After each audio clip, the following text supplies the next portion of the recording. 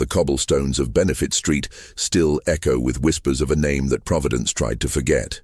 Deacon Ezra Rutherford, a man whose devotion to God became so twisted that he convinced himself the basement of his colonial home was heaven itself.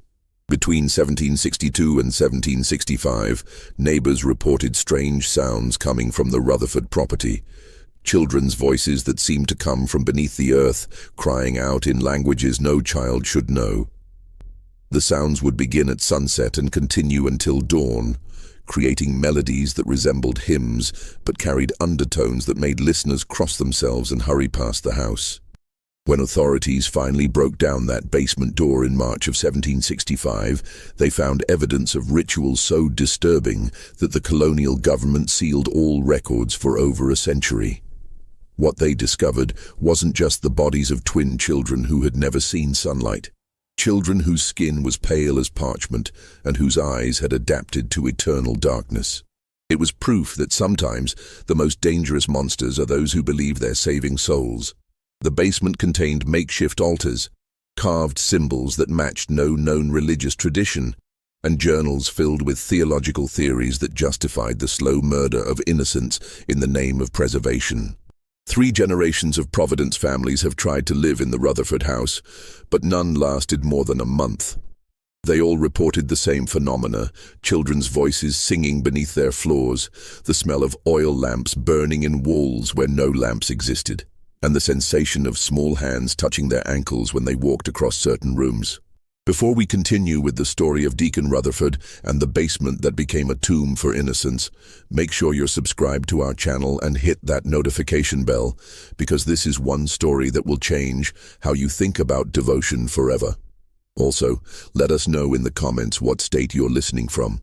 We love hearing from our community of mystery lovers.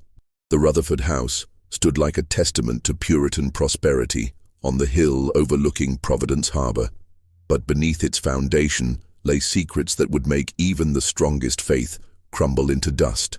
Providence in 1762 was a city caught between 2 worlds, its very soul torn by contradictions that would define the American character for generations to come. The old Puritan values that had built the colony still held sway in the religious circles, their influence evident in the stark meeting houses and the rigid social codes that governed daily life. Yet the bustling port brought in merchants, sailors, and ideas that challenged the moral structure Roger Williams had established a century before. Ships arrived weekly from the Caribbean, their holds filled not just with molasses and rum, but with stories of cultures that lived by different rules entirely. The city of 8,000 souls thrived on what everyone knew but few openly discussed: the triangle trade that connected Providence to Africa and the Caribbean through chains of human bondage. This commerce created wealth that made some question whether prosperity and purity could coexist, while others simply chose not to examine the source of their comfort too closely. The wharves bustled with activity that would have horrified the colony's founders, yet the same men who profited from this trade filled the church pews every Sunday, seeking absolution for sins they had no intention of abandoning. Deacon Ezra Rutherford embodied this contradiction perfectly, though he alone among Providence's elite seemed genuinely tormented by it. By day, he was one of Providence's most respected religious leaders, a man whose sermons at the First Baptist Church could bring grown merchants to tears of repentance. His tall, gaunt frame, well over 6 feet in an age when most men barely reached 5.5, commanded attention before he even opened his mouth. His piercing gray eyes seemed to see through the careful facades that people constructed around their secret sins, and his voice carried the authority of someone who had wrestled with angels and emerged forever changed. He owned 3 merchant ships that plied the Caribbean routes: the Mercy, the Providence, and the Salvation, names that reflected his attempt to sanctify commerce that he knew contradicted his deepest beliefs. His mansion on Benefit Street displayed the fruits of his success in carefully chosen ways. Imported furniture that emphasized function over luxury, silver from London that served practical rather than decorative purposes, and books that filled an entire room with theological works in English, Latin, and Greek. Visitors noted that unlike other wealthy homes in Providence, The Rutherford mansion contained no frivolous ornaments, no paintings of landscapes or portraits that might encourage vanity. But prosperity troubled Ezra in ways that kept him awake through the long New England nights. He had witnessed firsthand the moral decay that accompanied wealth in Providence, and each success in his business ventures felt like another step away from the spiritual purity he desperately sought. Young men from respectable families spent their evenings in taverns along the waterfront, their laughter mixing with crude songs that drifted up from the docks like smoke from hell itself. Women wore increasingly elaborate dresses that, in Ezra's mind, displayed vanity rather than the modesty that marked a truly godly soul. Even the church seemed infected by worldliness. Members arrived in fine carriages that cost more than most families earned in a year, more interested in displaying their prosperity than listening to sermons about salvation and sacrifice. Conversations after services focused on business opportunities and social events rather than spiritual growth. Ezra began to suspect that he was the only person in Providence who truly understood how far they had all fallen from grace. His wife, Mercy, was 20 years his junior, a gentle soul with auburn hair that she kept modestly covered beneath a white cap that had belonged to her grandmother. She had married Ezra when she was barely 18, drawn to his reputation for godliness and his promise of a secure life, far from the poverty that had marked her childhood in the rural areas outside Providence. Her father had been a failed farmer who lost his land to creditors, and her mother had died of consumption when Mercy was only 14. For 5 years, their marriage had been blessed with abundance, but cursed with childlessness, a source of whispered speculation among Providence's gossips and private anguish for both husband and wife. Ezra interpreted their inability to conceive as a sign of God's displeasure with his involvement in worldly commerce, while Mercy blamed herself for sins she couldn't even name. They had consulted with Dr. Hamilton, the most respected physician in Providence, but his remedies of herbs and bloodletting had produced no results. The childlessness drove Ezra deeper into his theological studies and his increasingly frequent nights of wandering through Providence's darker districts. He told himself that he was studying sin in order to better combat it, but the truth was more complex and troubling. The taverns and brothels that served the waterfront community fascinated him precisely because they represented everything his faith taught him to reject. By observing the degradation of others, he could experience vicariously the freedom and abandon that his rigid self-control forbade him to enjoy directly. When Mercy finally conceived in the spring of 1762, Ezra saw it as divine vindication of his righteousness, proof that God had been testing his faith and found it sufficient. But as her pregnancy progressed through the humid summer months, something began to change in the deacon's demeanor. His sermons grew darker, filled with warnings about corruption seeping into innocent souls from the moment of birth. He spoke of children born pure, but immediately poisoned by the sinful world around them, their spiritual potential destroyed before they could even speak their first words. The transformation was subtle at first, noticed only by those who knew him best. Ezra began spending hours in prayer, often in the basement of their home, which he claimed offered the solitude necessary for deep communion with God.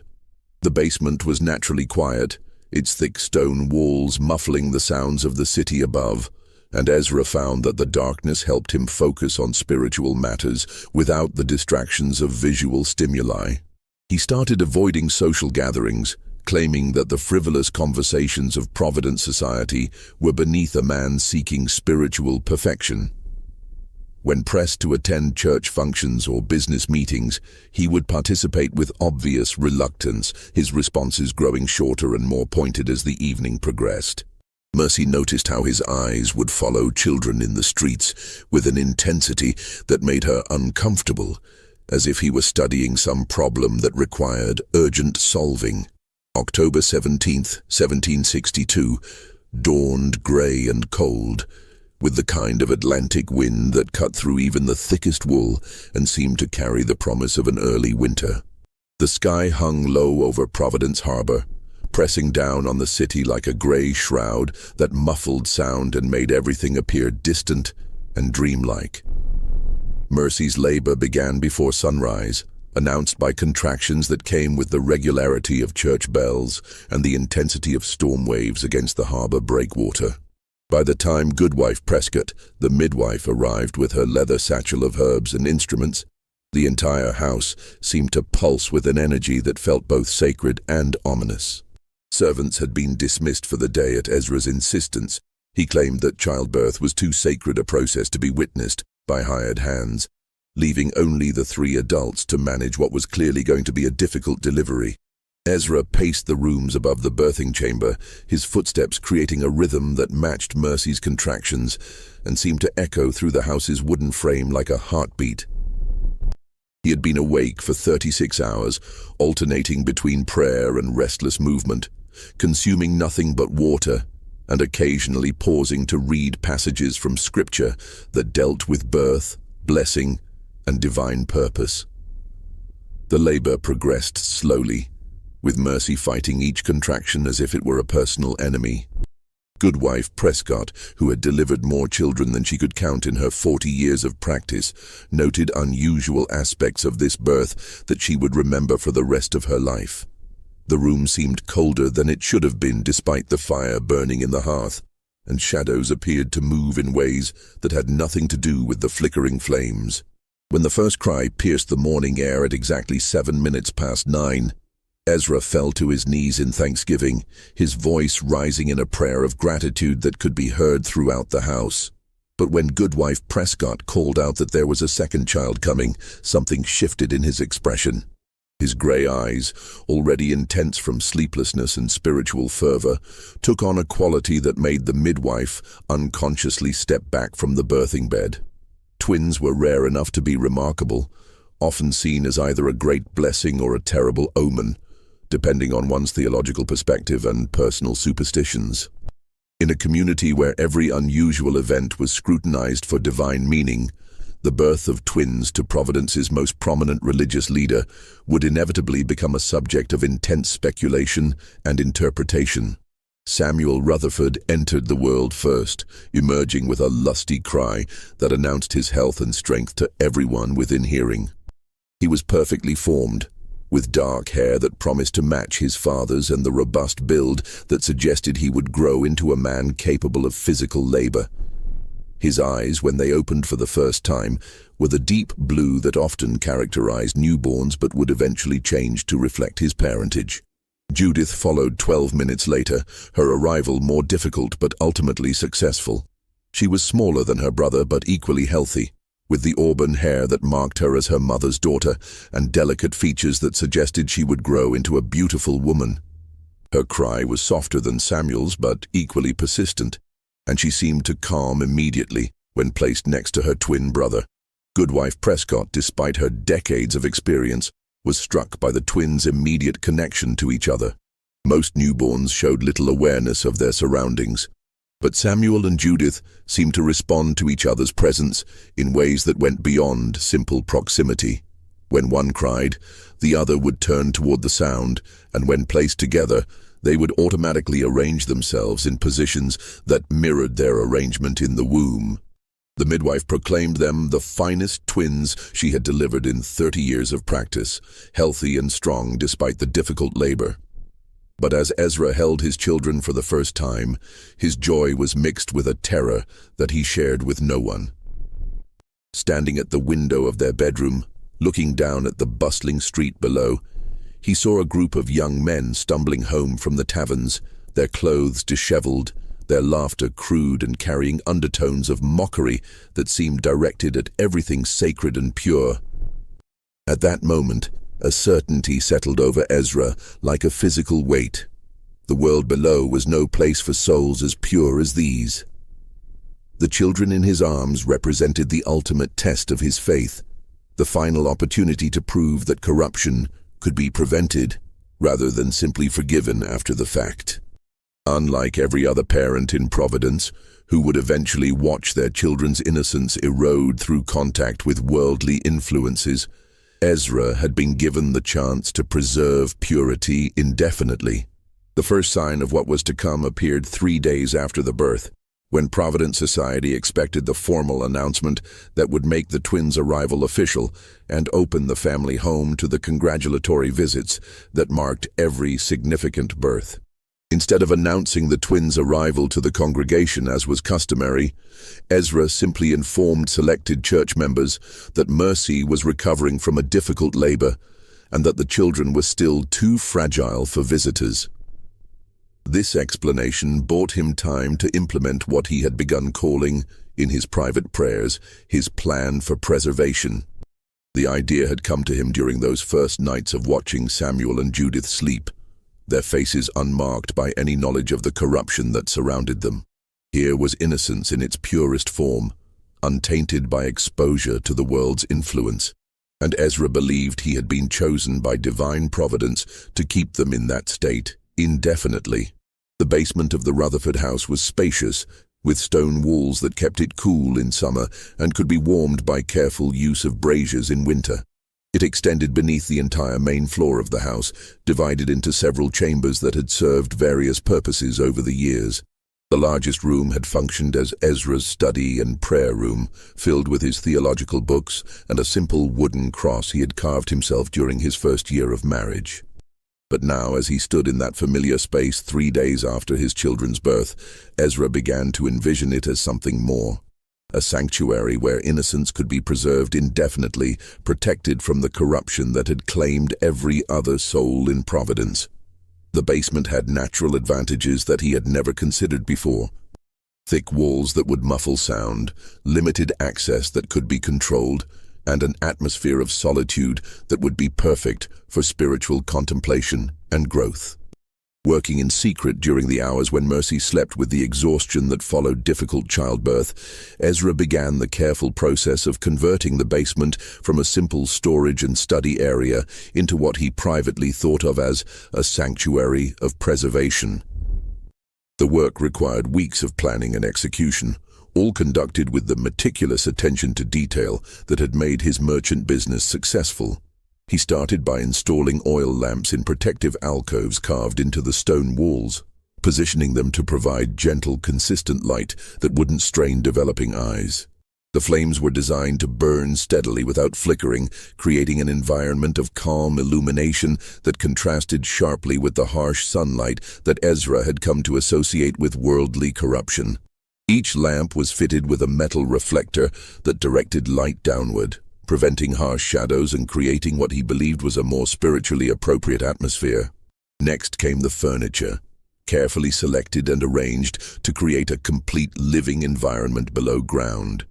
He brought down the softest rugs from the upstairs rooms, Persian carpets that had cost him more than many Providence families earned in a year, and arranged them to create distinct areas for sleeping, eating, and prayer. Small beds were constructed from the finest pine, their frames carved with biblical verses that Ezra selected for their relevance to childhood innocence and spiritual purity. The sleeping area was positioned against the warmest wall, where heat from the kitchen fireplace above would provide consistent temperature throughout the long New England winters. Ezra installed a sophisticated system of air circulation that would keep the space comfortable without requiring windows that might tempt his children to look upon the corrupt world above. Fresh air entered through carefully concealed vents that could be controlled to maintain perfect atmospheric conditions. For meals, he created a dining area with a table sized perfectly for a small family, surrounded by chairs that could accommodate children as they grew from infancy to adulthood. The table was set permanently with simple but beautiful dishes, pewter plates and cups that reflected his belief that utility and godliness were more important than ostentation. A small altar occupied the place of honor in the room, where daily prayers would be conducted and scripture read aloud as part of the spiritual education that would replace the worldly learning available in Providence's schools.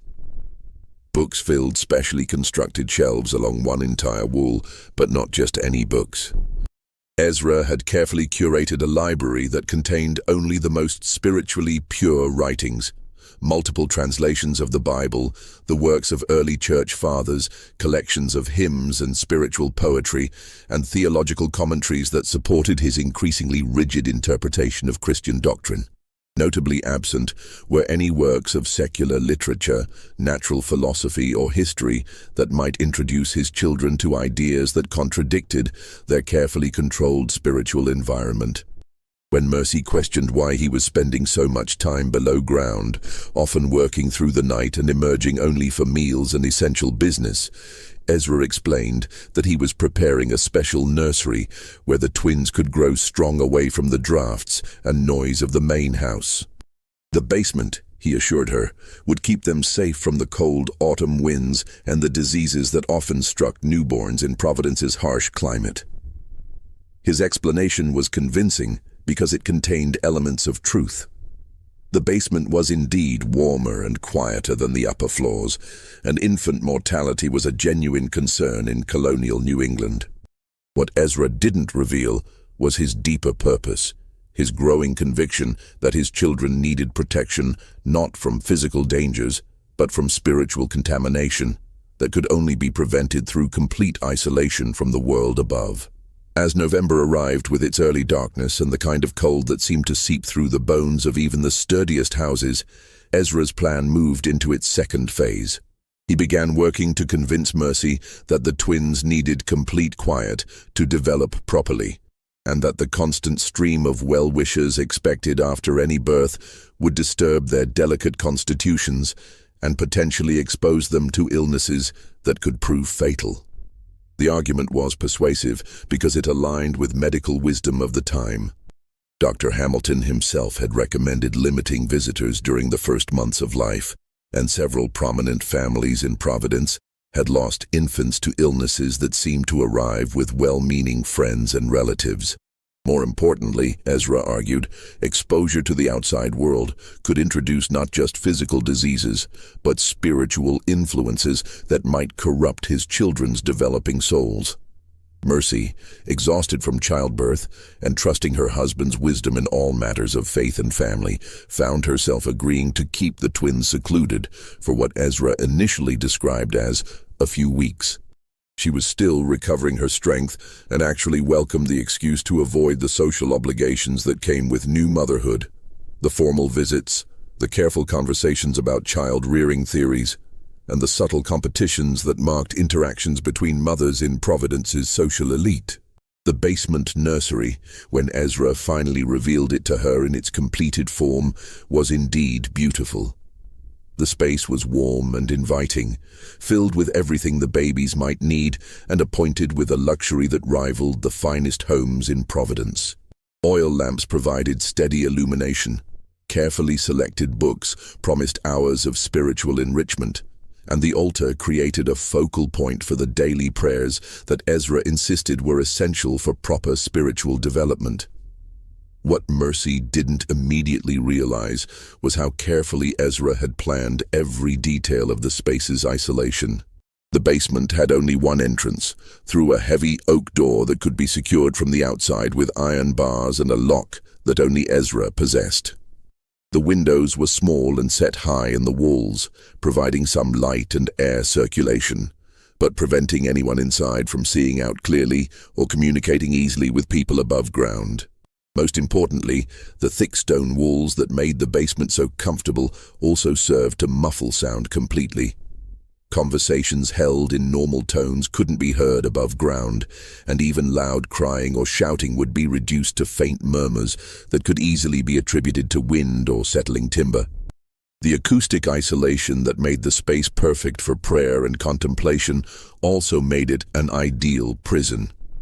The first month of their basement life passed peacefully enough, creating an illusion of normalcy that allowed Mercy to convince herself that her husband's unusual arrangements were temporary and ultimately beneficial. She spent most of her waking hours in the converted space, nursing Samuel and Judith and marveling at how quickly they seemed to be developing. The twins were thriving in ways that exceeded her expectations, gaining weight steadily and showing the kind of alertness that suggested exceptional intelligence. Ezra would join them for morning and evening prayers. his deep voice filling the stone chamber as he read from Scripture, and offered thanks to God for the gift of untainted souls. His prayers during this period were beautiful and moving, filled with genuine gratitude and a father's love that seemed to transform the basement into a genuinely sacred space. He began teaching the twins hymns before they could even focus their eyes properly, convinced that sacred music would shape their spirits from the earliest moments of consciousness. The daily routine that emerged during this first month felt almost normal, if somewhat isolated. Mercy would wake with the twins for their early morning feeding, then join Ezra for breakfast in the basement dining area. He would read Scripture aloud while they ate simple but nourishing meals, then conduct a brief prayer service before leaving to attend to his business affairs above ground. Mercy would spend the day caring for the children, reading from the carefully selected books, and maintaining the living space that had become their entire world. But as winter deepened and the brief daylight hours grew even shorter, subtle changes began to appear in Ezra's behavior and his expectations for their underground life. His restrictions became more pronounced, reflecting an evolving theology that grew increasingly rigid with each passing week. He decided that Mercy was spending too much time upstairs, exposing herself to the corrupting influences of the outside world before returning to their pure children, potentially carrying spiritual contamination that could undo all their careful work. It would be better, he explained during one of their evening prayer sessions, if Mercy remained in the basement as much as possible, serving as a constant barrier between the twins and any worldly contamination that might seep down from the floors above. The house servants, he pointed out, were necessary for maintaining their business and social obligations, but their presence in the upper floors meant that worldly influences were constantly present in their home. At first, Mercy found practical excuses to go upstairs, preparing special meals for the twins as they began to eat solid food, tending to household duties that couldn't be delegated to servants, maintaining correspondence with family members who lived outside Providence. But Ezra grew increasingly agitated each time she left the basement, pacing the stone floor and muttering prayers until she returned. His relief when she came back was so obvious and intense that she began to feel guilty about leaving at all. The meals that had once been elaborate affairs featuring the best ingredients his merchant business could provide became increasingly simple and spare. Ezra began to suggest that perhaps their diet should be simplified, focused on basic sustenance rather than the elaborate meals that encouraged gluttony and distracted from spiritual contemplation. Simple bread, milk and water were sufficient for those seeking spiritual purity, he argued, and the time saved from food preparation could be better spent in prayer and scripture study. The isolation affected Mercy more than she initially realized, in ways that were subtle but cumulative. Cut off from her friends, her family, and even casual contact with neighbors, she began to depend entirely on Ezra for news of the outside world. And the news he brought was consistently disturbing. Reports of moral decay spreading through Providence, stories of children corrupted by worldly influences before they could even walk properly, warnings about spiritual dangers that seemed to be growing more severe with each passing day. According to Ezra's increasingly frequent reports, conditions above ground were deteriorating rapidly. Families that had once been pillars of the community were falling into sin and degradation. Children were learning to lie and steal almost as soon as they could talk. Even the church was being infected by worldly concerns that distracted from true spiritual growth. Each piece of news reinforced his arguments about the necessity of keeping Samuel and Judith protected from influences that could destroy their spiritual potential in a matter of hours. But while Ezra preached purity and spiritual protection within the confines of their basement sanctuary, he was conducting very different activities in the world above. Activities that were growing increasingly disturbing and dangerous with each passing month. What the residents of Providence couldn't understand were the changes in Deacon Rutherford's behavior during his public appearances throughout that winter and into the spring of 1763. The man who had once been known for his compassionate counsel to troubled parishioners now seemed to study people with clinical detachment, as if cataloguing their sins for some private purpose that he shared with no one. His sermons took on an increasingly urgent and unsettling tone, filled with vivid descriptions of corruption seeping into innocent souls and the heroic measures that true Christians must take to preserve purity in a fallen world. He spoke of children as vessels that could be filled with either righteousness or sin, with no middle ground possible. Parents who failed to take extreme measures to protect their children from worldly influence were, in his view, collaborating in their spiritual destruction. More disturbing were the practical steps Ezra began taking in his quest to understand and document the process of moral corruption. He started visiting the waterfront taverns not as a reformer seeking to save souls, but as an observer, documenting the depths of human depravity with scientific precision. Night after night, he would sit in dark corners of establishments that respectable men avoided, watching drunken sailors and listening to conversations that would have horrified his congregation. These expeditions served a dual purpose that Ezra revealed to no one, not even in his private journal entries. While he genuinely believed he was studying sin to better understand how to protect his children from it, he was also satisfying darker impulses that his rigid self-control had suppressed for years.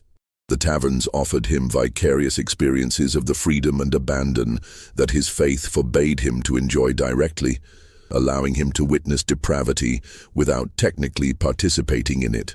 But observation wasn't enough to satisfy his growing obsession with understanding corruption.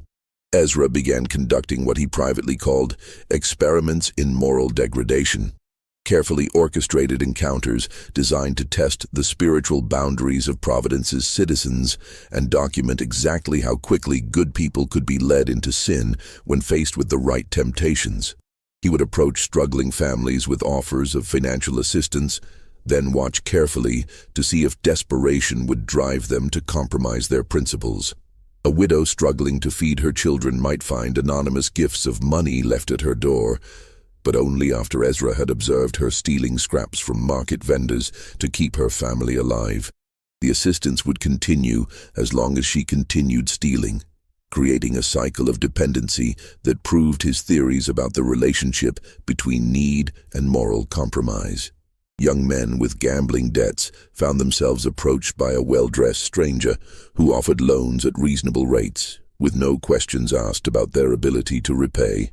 Ezra would then follow these men through Providence's streets, documenting how quickly they fell deeper into vice once they had access to easy money.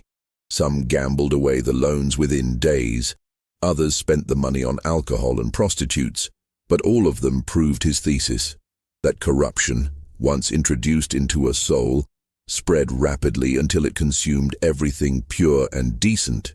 Most unsettling were his interactions with children, encounters that he justified as research into the process of spiritual contamination, but that revealed increasingly dangerous aspects of his psychological state. Under the guise of religious instruction, Ezra would visit families with young children, ostensibly to provide spiritual guidance and support for their Christian education. But these visits became opportunities for him to study how quickly innocence could be corrupted by exposure to ideas that challenged parental authority or introduced doubts about established religious doctrine. He would tell children carefully crafted stories designed to plant seeds of doubt about their parents' wisdom, then return weeks later to observe the results of his psychological manipulation. The children he targeted were selected carefully, those from families struggling with financial difficulties, those whose parents worked long hours and couldn't provide constant supervision, those who showed signs of curiosity about the world beyond their immediate experience.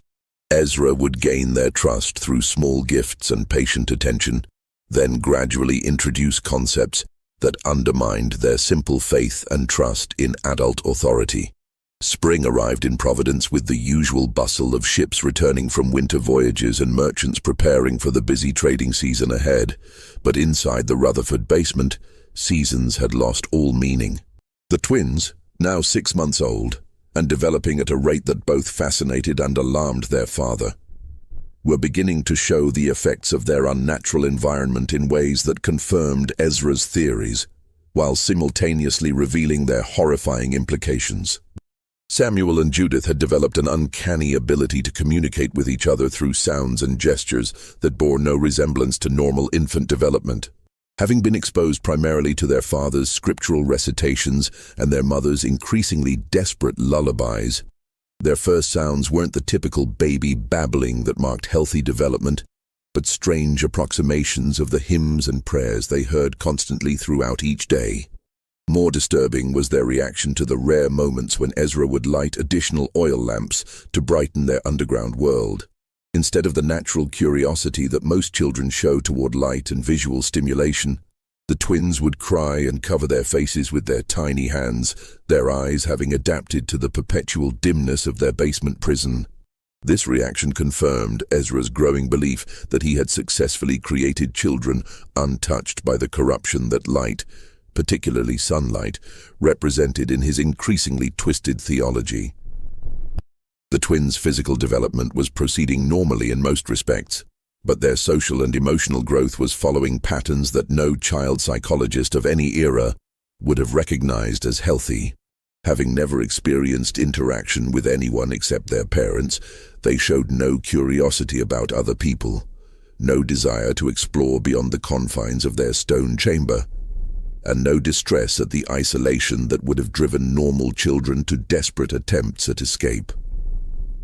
Most remarkably, they seemed perfectly content with their underground existence, playing with simple toys that Ezra had carved from wood and listening for hours to the theological discussions that filled their days. To their father, this contentment was proof that his methods had succeeded, that he had created children untouched by the restlessness and discontent that marked all other human beings. They were, in his mind, living proof that innocence could be preserved indefinitely through proper isolation and spiritual guidance. But Ezra's nocturnal experiments in Providence were becoming increasingly dangerous and erratic, reflecting a psychological deterioration that was accelerating as his isolation from normal human contact deepened. His careful documentation of sin had evolved into active participation in the very corruption he claimed to oppose, though he continued to justify his actions as necessary research into the nature of moral decay. He had begun providing financial backing for gambling operations throughout the waterfront district, not for profit, but to study how quickly good men could be destroyed by vice when given unlimited access to temptation. His money funded drinking sessions for groups of young sailors. Then he would follow them through the streets of Providence, documenting their descent into chaos while feeling both disgust and a terrible fascination with their loss of control. The most disturbing aspect of these activities was how they were beginning to affect his interactions with his own family. The hours he spent observing human degradation were changing his perspective on human nature itself, convincing him that corruption was not just possible but inevitable for anyone exposed to worldly influences. This belief reinforced his determination to keep Samuel and Judith isolated, but it also made him increasingly suspicious of his wife's spiritual purity. Mercy's isolation in the basement was taking a severe toll on her mental and physical health, though the decline was so gradual that neither she nor Ezra fully recognized its extent. She had begun losing weight despite adequate food, and her complexion had taken on the pallor that marked people who spent too much time away from sunlight. More troubling were the psychological changes that were becoming apparent to anyone who looked closely. She had started talking to herself during the long hours when Ezra was away conducting his business above ground, carrying on elaborate conversations with imaginary visitors who brought news from the world she was no longer allowed to see. Sometimes she would describe social events in great detail, discussing the dresses worn by women who existed only in her memory, and the conversations she imagined having with friends who had long since stopped asking about her welfare. The twins seemed to sense their mother's deteriorating condition in ways that were both touching and deeply unsettling. They had begun crying in unison at specific times each day, creating harmonies that echoed strangely in the stone chamber and seemed to respond to emotional states that they were too young to understand rationally. Mercy interpreted this synchronized crying as singing, convinced that her children were displaying the pure, spiritual nature their father had promised to preserve. But to anyone with experience in child development, the sounds would have been deeply alarming, more like the ritualistic chanting that marks certain religious ceremonies than the natural expressions of infant distress or contentment. The twins were learning to communicate through patterns that had been shaped entirely by their father's theological obsessions, creating a private language that reflected the abnormal environment in which they were developing. It was during one of these episodes that the first crack appeared in Ezra's carefully constructed world. Returning from a particularly disturbing night, observing the corruption of a young merchant son who had fallen into gambling debts that would eventually destroy his family, Ezra descended into the basement to find Mercy teaching the twins what she called the Darkness Song, a wordless melody that she claimed had come to her in a divine vision. The sight of his wife and children swaying together in the dim light of the oil lamps, creating sounds that seemed to come from some place beyond human experience, should have alarmed any rational observer. The melody had no recognizable structure, the rhythm followed no pattern that related to normal music, and the words, when they could be discerned, were combinations of biblical phrases that had been rearranged into sequences that made no theological sense. Instead of recognizing this behavior as evidence of psychological breakdown, Ezra felt a terrible joy spreading through his chest. Here was proof that his methods were working beyond his wildest expectations, that isolation from worldly corruption could indeed preserve and even enhance spiritual purity. His family was developing abilities that transcended normal human limitations, reaching levels of spiritual communion that he had only dreamed possible. But this joy was mixed with a growing paranoia about the outside world's potential to discover and destroy his perfect sanctuary. During his ventures into Providence, Ezra had begun to notice people watching him with what he interpreted as suspicion and hostility. Neighbors who had once greeted him warmly now seemed to whisper when he passed, their conversations stopping abruptly when he came within hearing distance. Church members asked increasingly uncomfortable questions about his family's continued absence from services, their concern disguised as friendly interest but carrying undertones that suggested doubt about his explanations. Business associates mentioned the twins less frequently, but when they did, their questions carried implications that made Ezra wonder if someone was investigating his private affairs. Most disturbing of all were the children he encountered during his daily activities. They seemed to watch him with expressions that suggested knowledge beyond their years, and their games sometimes included references to sounds coming from beneath the ground, references that could only mean his basement sanctuary was not as perfectly concealed as he had believed. The growing scrutiny from the outside world convinced Ezra that he needed to take more drastic measures to protect his family's spiritual development. But the actions he was contemplating would transform their basement sanctuary into something far more sinister than anything he had originally envisioned. Just when we thought we'd seen it all, the horror in the Rutherford basement intensifies. If this story is giving you chills, share this video with a friend who loves dark mysteries, hit that like button to support our content, and don't forget to subscribe to never miss stories like this. Let's discover together what happens next in this tale of faith twisted beyond recognition. The growing scrutiny from the outside world convinced Ezra that he needed to take more drastic measures to protect his family's purity. But the actions he was contemplating would transform their basement sanctuary into something far more sinister than anything Providence had ever witnessed. The breaking point came on a humid July evening in 1763, when the twins were 9 months old, and their development had reached a stage that both fascinated and terrified their father. The basement that had once felt spacious now seemed smaller, filled with the energy of 2 active children who were beginning to crawl and explore their limited environment with the methodical thoroughness that marked their unusual upbringing. Samuel had grown into a robust infant whose pale skin seemed almost translucent in the lamplight. his dark hair contrasting sharply with eyes that had adapted to perpetual dimness until they appeared almost black in normal illumination. Judith remained smaller but equally alert, her auburn hair now long enough to require the careful braiding that Mercy performed each morning as part of their daily routine. Both children moved with a strange precision that suggested unusual coordination, navigating their underground world with the confidence of creatures perfectly adapted to their environment. More unsettling was their continued development of the private communication system that had replaced normal language acquisition. They would sit facing each other for hours, creating complex patterns of sound and gesture that appeared to convey specific meanings. When one twin wanted something, the other would often respond by providing it before any adult could interpret the need. Their synchronization extended to sleep patterns, feeding schedules, and even emotional responses that seemed to transcend individual consciousness. It was on this particular evening that Goodwife Prescott, the midwife who had delivered Samuel and Judith, appeared at the Rutherford door with a basket of herbs and an expression of determined concern. She had been hearing disturbing rumors about the family's continued isolation for nearly 10 months. Whispers that suggested the twins had never been seen by anyone outside the immediate family. Her professional conscience would no longer allow her to ignore what was clearly an unprecedented situation in her decades of experience.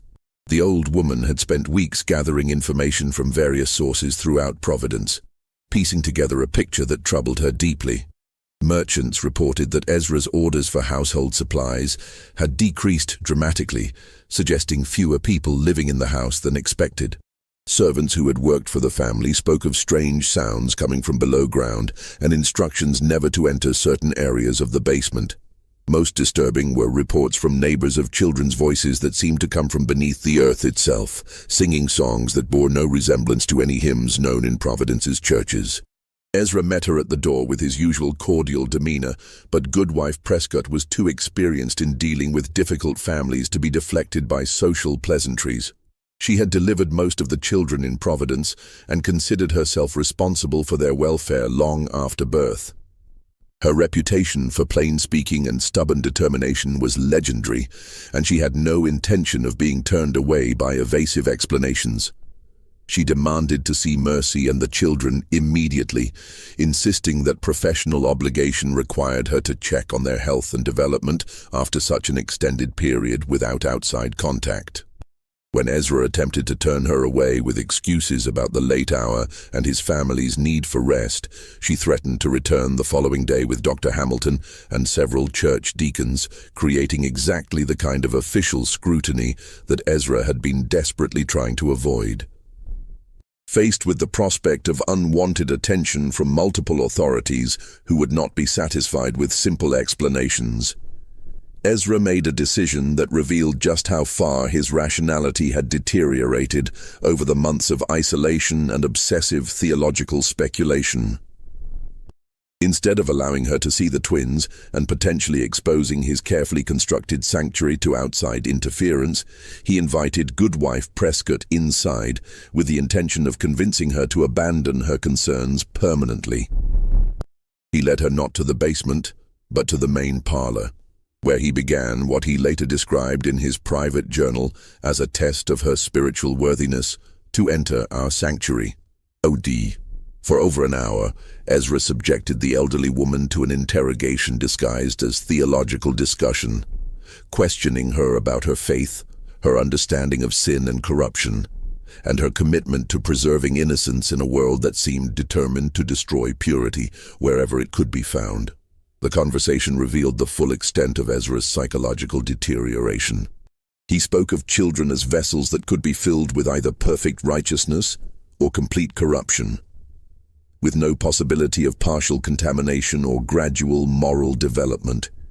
He described Providence as a city under siege by forces of spiritual darkness that were actively working to corrupt every innocent soul they could reach.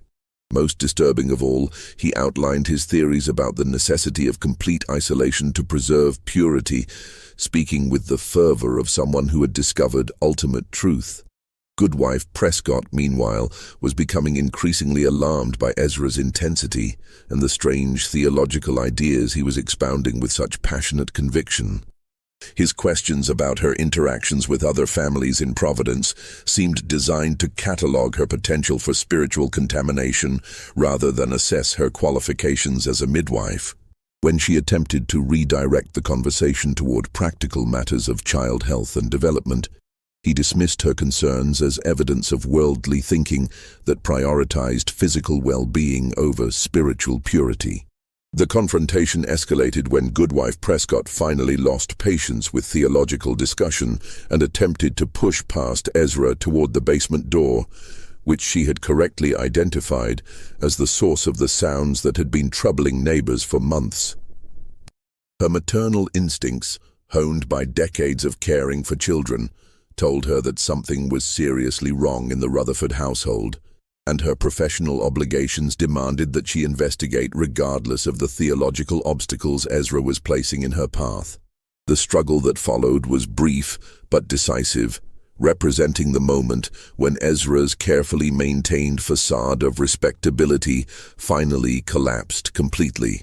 In his journal, he described what happened next as divine intervention, protecting the sanctuary from contamination. But the truth was far more disturbing. In his paranoid state, Ezra genuinely believed that allowing any outsider into the basement would introduce spiritual corruption that would undo months of careful work preserving his children's innocence. Goodwife Prescott, despite her age and small stature, fought with the desperation of someone who had finally understood the true nature of the situation she had stumbled into. Her experience with difficult births had given her physical strength that most people wouldn't expect from a woman in her 60s, and her determination to protect the children she suspected were in danger drove her to resist with surprising effectiveness. But Ezra's years of physical labor managing his merchant ships, combined with the desperate strength that comes from protecting what one considers most sacred, proved superior to the elderly woman's courage and determination. The struggle ended when Goodwife Prescott struck her head against the stone hearth of the parlor fireplace, the sound echoing through the house like a judgment that sealed both their fates. Standing over her motionless body, Ezra faced a choice that would define the final phase of his descent into complete madness. He could summon help, claim that an accident had occurred during an innocent visit, and face the investigation that would surely follow. The constables would ask questions, neighbors would be interviewed, and eventually someone would demand to see the twins whose continued absence from normal social life had already attracted dangerous attention. Or he could protect his family's sanctuary by ensuring that the outside world never learned what Goodwife Prescott had discovered or suspected. The decision, when it came, felt to Ezra like divine guidance, a clear indication that God was directing him to take whatever steps were necessary to preserve the innocence he had worked so hard to maintain. He carried the midwife's body to his merchant warehouse near the harbor, where it would eventually be discovered and attributed to the random violence that sometimes befell elderly people venturing out alone after dark. The murder had consequences that extended far beyond Ezra's immediate concerns about discovery. The experience of taking a life to protect his family's spiritual purity created a precedent in his mind, a justification for increasingly extreme measures that would eventually consume everything he claimed to be preserving. More immediately, it meant that the one person in Providence who had actively suspected problems in the Rutherford household was no longer able to pursue her concerns.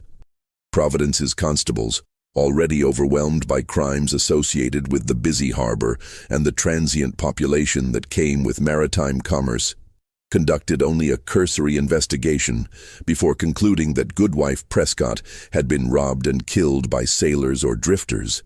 Her reputation for carrying medical supplies and occasionally treating patients who paid in silver made her a plausible target for robbery, and the lack of witnesses near the warehouse district where her body was found supported the theory of random crime. But the twins, now approaching their first birthday, were developing in ways that both thrilled and terrified their father in equal measure. Their communication with each other had evolved into complex patterns of sound and gesture that seemed to bypass normal language development entirely, creating what appeared to be a private language that served all their communicative needs. They could navigate the basement in complete darkness with the confidence of creatures perfectly adapted to their environment, their other senses compensating for the limited visual stimulation they had experienced. Most remarkably, from Ezra's perspective, they showed no distress at their isolation from the world above.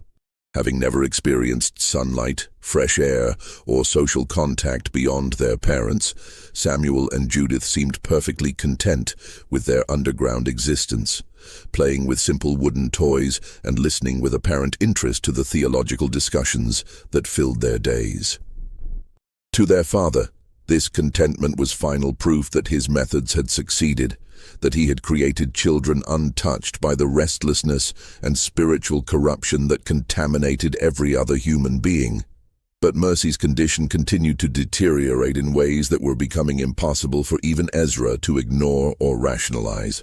The combination of poor nutrition, constant darkness, and complete social isolation had broken something fundamental in her psychological structure. She had begun having elaborate conversations with people who existed only in her imagination, describing social events and family gatherings that grew more detailed and fantastical with each passing day. Sometimes she would dress carefully for church services that would never come, sitting patiently by the basement door, waiting for her husband to escort her to worship that had been forbidden for over a year. Other times she would prepare elaborate meals for guests who lived only in her memory, setting places at their simple table for friends and family members who had long since stopped asking about her welfare. The twins seemed to sense their mother's deteriorating condition in ways that were both touching and deeply unsettling.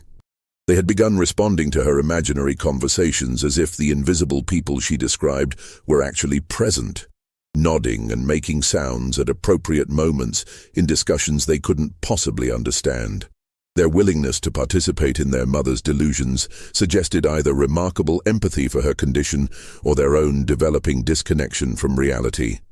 The final phase of the Rutherford family tragedy began in the autumn of 1764, when Ezra's theological obsessions reached a conclusion that was both logical and utterly insane. He had become convinced, through months of observation and prayer, that even his own presence in the basement was introducing contamination that threatened to undo all his careful work. His nightly ventures into Providence's underworld, necessary though they were for understanding the nature of corruption, had exposed him to levels of spiritual poison that made him unfit to share the purified environment he had created for his family. The realization came to him during one of his lengthy prayer sessions, when he suddenly understood that his children's perfect innocence was being gradually compromised by contact with a father who had deliberately exposed himself to the worst aspects of human nature. Every conversation, every shared meal, every moment of physical contact was potentially transferring spiritual contamination that could destroy their purity in ways too subtle to detect until it was too late. The solution, as it appeared to Ezra during a night of particularly intense theological contemplation, was elegantly simple and utterly terrifying in its implications. He would seal the basement from the outside, ensuring that no further contamination could reach his wife and children while providing them with everything they needed for spiritual sustenance. They had prayer, scripture, and each other's pure company. What more could genuinely spiritual beings require? Physical needs, Ezra had come to believe, were secondary to spiritual preservation, distractions that prevented souls from achieving their full potential for communion with divine truth. If God willed their earthly bodies to perish, while their souls remained untainted, that was a sacrifice worth making to preserve innocence that could never be recovered once lost to worldly corruption. Ezra's final journal entries, discovered decades later during renovation of the house, described his decision in terms of ultimate parental love and spiritual responsibility.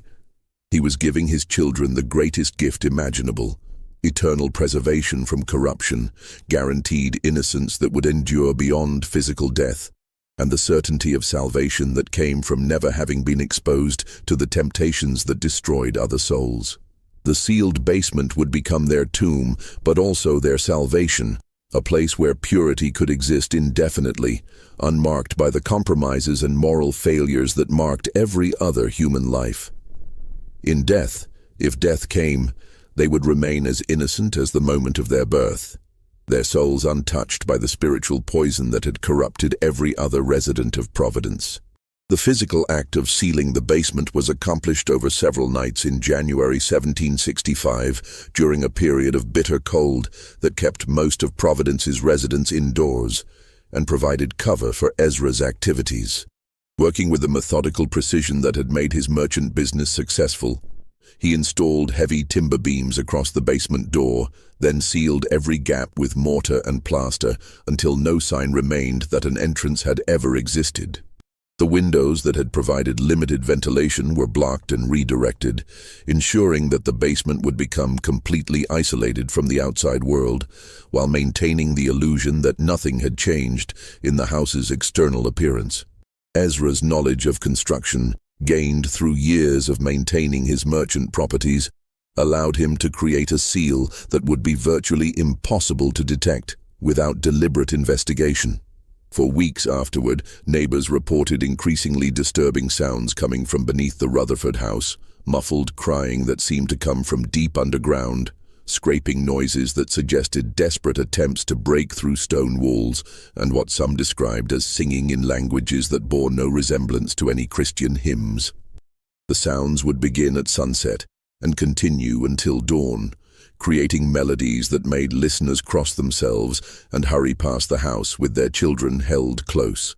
But Ezra, when questioned by concerned neighbors, explained these sounds with the calm authority of someone who understood their true spiritual significance. The noises were settling timber responding to winter temperature changes, wind moving through the house's older sections, and perhaps mice or rats moving within the walls, perfectly natural phenomena that worried people were misinterpreting because of their own spiritual inadequacies. The truth was more horrible than any neighbor could have imagined. Trapped in their basement sanctuary with no ventilation, rapidly diminishing food supplies, and no possibility of escape, Mercy and the twins were facing a slow death that Ezra had convinced himself represented spiritual transcendence. His final acts of paternal love had transformed their refuge into a tomb where innocence would indeed be preserved, but only because life itself was ending.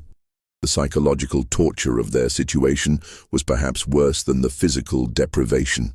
Mercy, already fragile from months of isolation, began to understand that their imprisonment was deliberate and permanent. Her conversations with imaginary visitors became increasingly frantic as she realized that no real help would ever come. The twins, too young to understand death but old enough to sense their mother's terror, responded with the synchronized crying that had become their signature form of communication.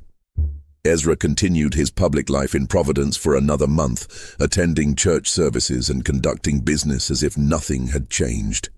But the strain of maintaining normalcy while knowing what was happening beneath his house began to show in ways that even his iron self-control couldn't conceal.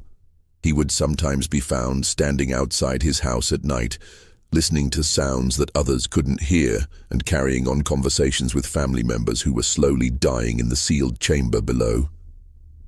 The psychological pressure of his situation created a final crisis that resolved the contradiction between his public persona and private reality. During a church service in late February, Ezra experienced what he described as a divine revelation, directing him to join his family in their purified state. The outside world had nothing more to offer someone who had achieved perfect understanding of spiritual truth, and his continued presence in Providence was an unnecessary compromise with corruption that he could no longer justify. The end came when Ezra, in a moment of what he called divine revelation, decided to join his family in their purified state. He unsealed the basement door just long enough to descend into the darkness below, carrying with him the oil and materials needed to reseal the entrance permanently. His final act was to ensure that no trace of the door remained visible, creating a perfect tomb where the Rutherford family would achieve the spiritual purity that had eluded every other soul in Providence. Providence authorities discovered the truth only when Ezra's business partners, concerned about his sudden disappearance and the growing rumors surrounding his family, forced entry into the house in March 1765.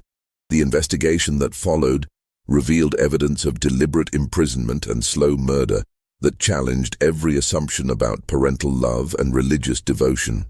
The basement, when finally opened, contained the remains of a family that had died not from accident or illness, but from the methodical implementation of theological theories that transformed love into torture.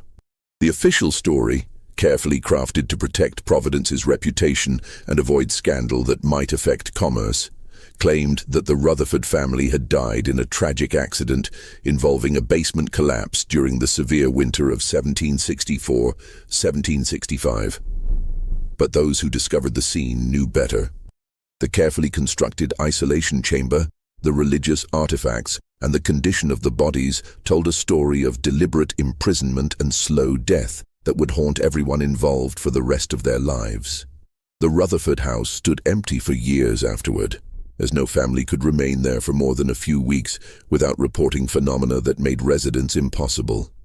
The sounds of children singing continued to emanate from sealed walls. The smell of oil lamps burning in spaces where no lamps existed filled rooms at random hours, and visitors reported the sensation of small hands touching their ankles when they walked across floors beneath which the basement chamber lay hidden. This mystery shows us how the purest intentions can become the most dangerous obsessions when isolated from human connection and rational guidance. The basement that Ezra Rutherford created as a sanctuary for innocence became a tomb for the very purity he sought to preserve, proving that love without wisdom can become the cruelest form of destruction.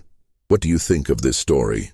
Do you believe a father's devotion could become so twisted by religious extremism that he would murder his own family to save their souls? Leave your comment below and share your thoughts about where the line between protection and imprisonment truly lies.